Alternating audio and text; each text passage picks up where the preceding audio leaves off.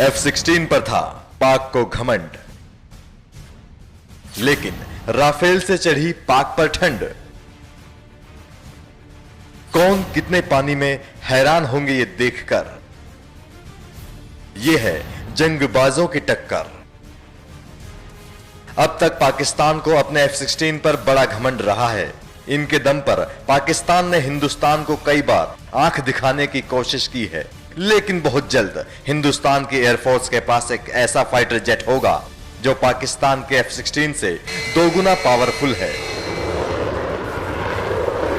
यह विमान है फ्रांस में बना, मौजूदा वक्त में दुनिया के सबसे बेहतरीन विमानों में से एक, राफेल। आज हम आपको तकनीकी विश्लेषण करके बताएंगे कि आखिर कैसे राफेल के हिंदुस्तान में आने के बाद पाकिस्तान की सिट्टी बिट्टी गुम हो जाएगी। पहले बात करते हैं F-16 लड़ाकू विमानों की, जिन्हें लॉकहीड F-16 फाइटिंग फाल्कन के नाम से भी जाना जाता है।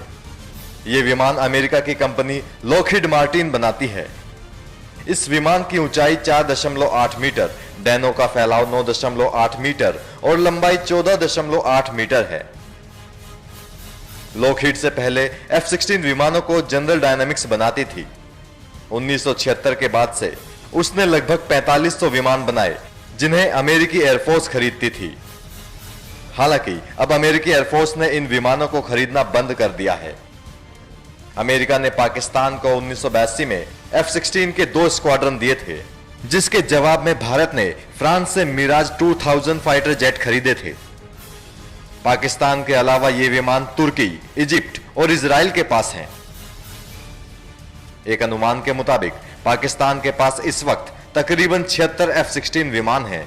किसी संघर्ष की स्थिति में भारत को एक पाकिस्तानी F-16 से निपटने के लिए 2 सुखोई 30 MKI विमान तैनात करने होंगे, क्योंकि सुखोई के मुकाबले पाकिस्तान का F-16 ज्यादा उन्नत है। अब बात करते हैं जल्द ही भारत का बड़ा हथियार बनने जा रहे राफेल की। 5.1 फीट लंबे, 17.5 फीट ऊंचे और करीब 21.5 टन वजनी राफेल एयरक्राफ्ट कैरियर से भी उड़ान भर सकने में काबिल है। इसकी एक दूसरी खासियत है कि यह दुश्मन के रडार से ओझल रहेगा। इसका विंग स्पैन 35.5 फीट होने के साथ ही इसमें कुल 4700 किलोग्राम ईंधन भरने की क्षमता है। राफेल लगभग 55,000 फीट की ऊंचाई तक उड़ान भरने में सक्षम है। इसकी मारक क्षमता 3700 किलोमीटर तक है। इस विमान से परमाणु बम भी छोड़े जा सकते हैं। इस तरह इसकी पहुंच बीजिंग और इस्लामाबाद तक है। 2 इंजन वाले राफेल ने पहली बार 1986 में उड़ान भरी थी। 2002 में मिशन अफगानिस्तान ने भी राफेल कई कारनामे दिखा चुका है। अफगानिस्तान में मिशन क्रश प्रोग्राम के बाद लेजर गाइडेंस से बम छोड़े जाने जैसे अद्भुत करतब दिखाकर इस विमान ने अपनी ताकत का एहसास कराया था। 2007 में भारत पाकिस्तान सीमा पर इसी विमान से पेट्रोलिंग भी की गई थी।